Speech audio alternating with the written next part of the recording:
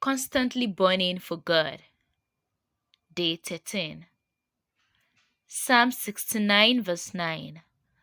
Because zeal for your house is eating me up, and the reproaches of those who reproach you are falling on me. Have you ever seen people that fall in love with each other? The first thing you'd notice is that they're always communicating through visits, calls, messages, etc. They will talk about practically anything. For them, the act of talking even becomes more important than being talked about.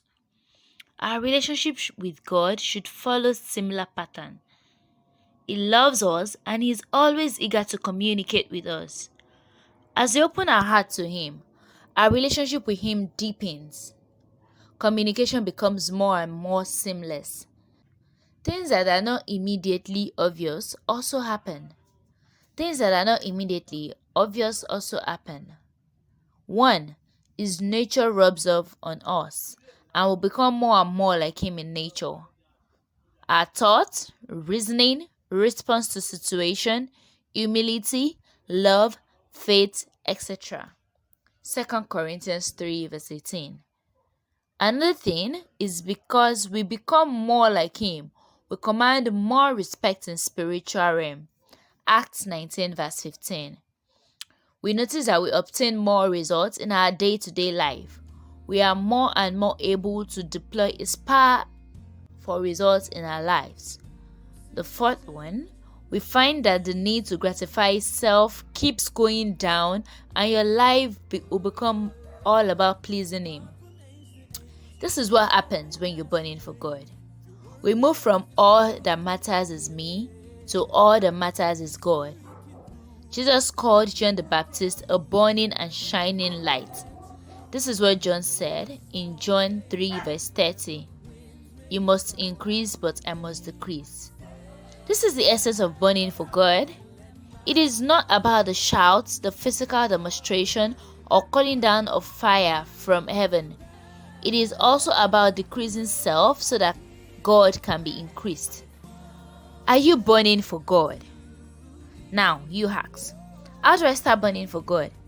I wish I could give you a magic pill, but there is none. It is a process. It is a culmination of our actions or inactions every day. It is like the human body. For every day you nourish your body, there is an impact, though not immediately visible. Over time, it shows.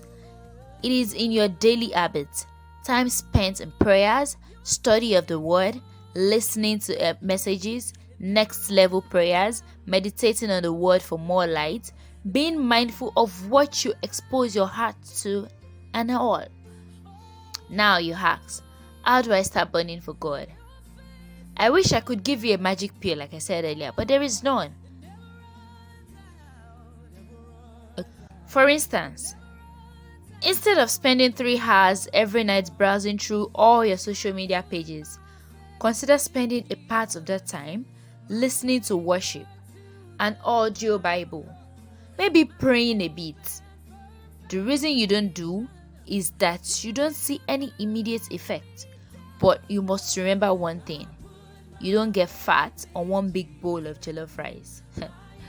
You must learn to stay at it. You will be amazed over time. Now to the confessions. My heart is filled with the love of God. Repeat after me. My heart is filled with the love of God. I am passionate about my relationship with God. I cannot go a day without spending quality time with Him. Jesus is the love of my life. Let's say a word of prayer together. Sweet Jesus, fill me with the knowledge of your will. Help me to know your love and to love you in return. Let my heart burn for you. Let my heart burn for you. Amen. Thank you for listening. I'll see you in the next one.